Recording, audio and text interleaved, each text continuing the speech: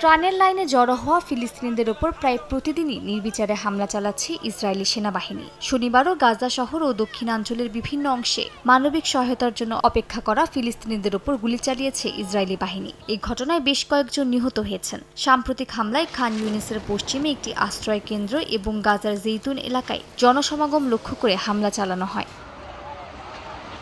প্রত্যক্ষদর্শীরা জানান, সেনাবাহিনীর নিয়ন্ত্রণাধীন সহায়তা কেন্দ্রে অপেক্ষারত মানুষদের উদ্দেশ্য প্রণোদিতভাবে লক্ষ্য করে গুলি চালানো হয়েছে। এই এলাকায় নিয়মিতভাবে ড্রোন হামলা এবং নেটজারিমের কাছে গোলাবর্ষণের ঘটনাও ঘটছে। ত্রাণ নিতে আসা ফিলিস্তিনিদের উপর হামলার পাশাপাশি গাজার কেন্দ্রীয় বুরেইস ক্যাম্প ও জাবালিয়ায় চলছে টানা বিমান হামলা। খান ইউনিসে ইসরায়েলি নৌবাহিনীর গুলিবর্ষণে ক্ষতিগ্রস্ত হয়েছে মাছ ধরার নৌকা।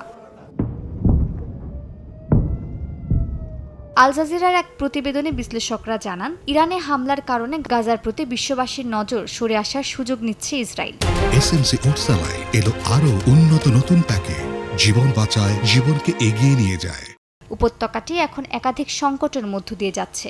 গাজায় ৩ দিনের বেশি সময় ধরে সম্পূর্ণ টেলিযোগাযোগ বিচ্ছিন্ন। ধারাবাহিক ইসরায়েলি হামলায় ভেঙে পড়েছে যোগাযোগ ব্যবস্থা। খাদ্য বিতরণ কেন্দ্রে রোজই গুলি, নিহত হচ্ছেন ত্রাণের আশায় আসা মানুষজন। হাসপাতালগুলো কার্যত অচল, চিকিৎসা সরঞ্জাম নেই, থামছে না আহতের ঢল।